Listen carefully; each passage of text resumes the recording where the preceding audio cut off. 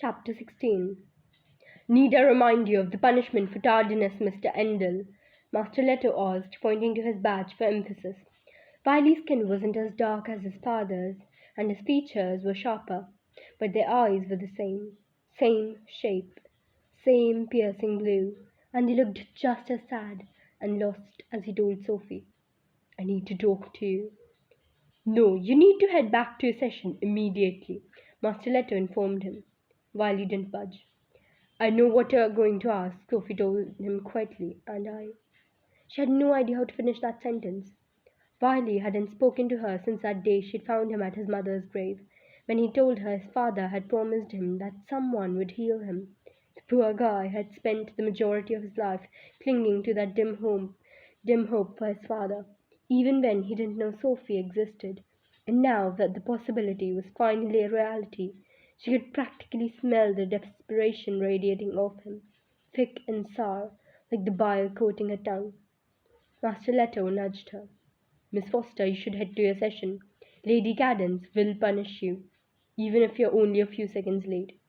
She was sure he was right, and she was so tempted to climb the winding, twisted stairs and avoid the awkward conversation.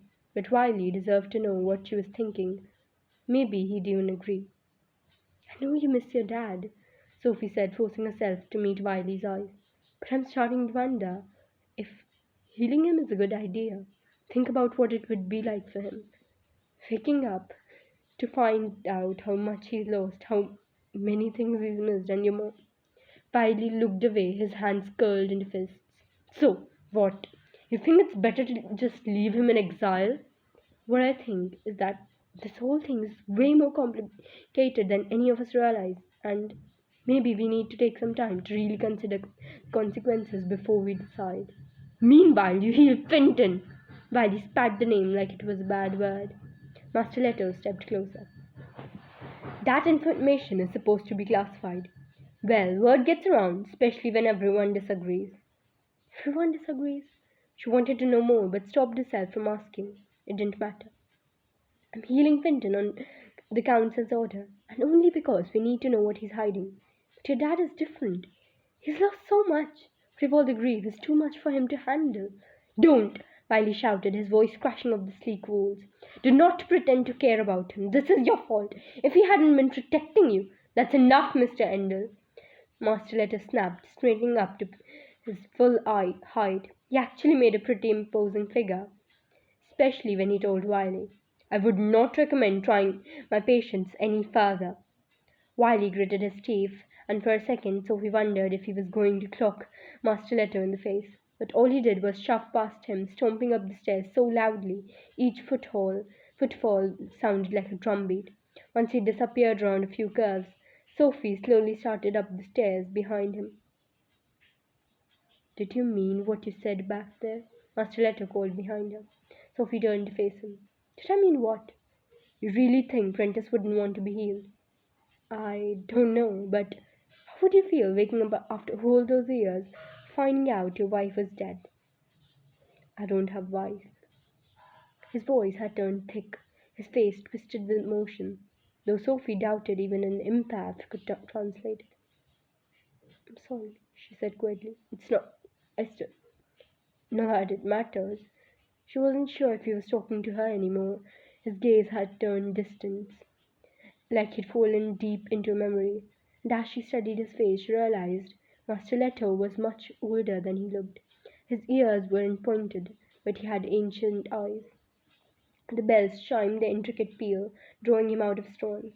You'd better go, he reminded her. He didn't follow her as she headed up the twisting staircase, and when she glanced down a few floors later, he was still standing there, staring into space, looking even more confused than she felt. Lady Cadence gave her week's worth of lunch detention for being late, which wouldn't have been such a horrible punishment if she hadn't also informed Sophie that she'd be the mentor monitoring detention, and that she had a fresh batch of curdle roots for the prodigies to peel and juice. Sophie had reeked of the rancid, squishy tubers for days after the last time she'd worked with them, but at least Tina would have to suffer with her. Now that you're done wasting my time, Lady Cadden said, knotting her raven black hair behind her head with a silver pencil. Get on with today's lesson. You've proven your aptitude with languages, so it's time you test your mimicking. Sophie sat into the room's only chair, which was so cold and hard she was sure Lady Cadence had chosen it specifically to make her miserable. Mimicking? Don't tell me you thought we'd just be studying languages.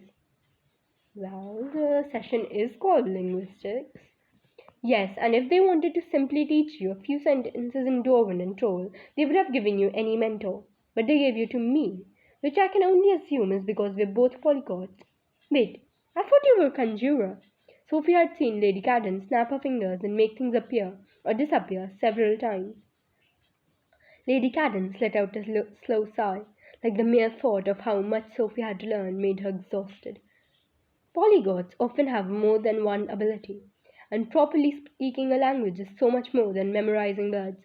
You must master the accent and pronunciation, sometimes even the tone. It's what makes polyglots so remarkable, and also what allows us to mimic. For instance, she cleared her throat and took a swallow breath. I'm so sorry, I'm late. It won't happen again. Sophie felt her mouth gape as she realized Lady Cadence had done a flawless impersonation of her voice. That's crazy. There's nothing crazy about it. Lady Cadence told her, mimicking Dame Melina. She followed with an impression of Alden's crisp accent that was so spot on it sounded like she was lip syncing into a recording.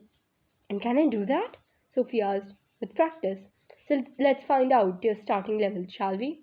She snapped her fingers and a golden gadget that looked somewhat like a metronome appeared in her hands. She flicked the lever and the needle swung back and forth. Repeat after me, and make sure you say it just like I do. Someday I will return to Ravagog and continue my research.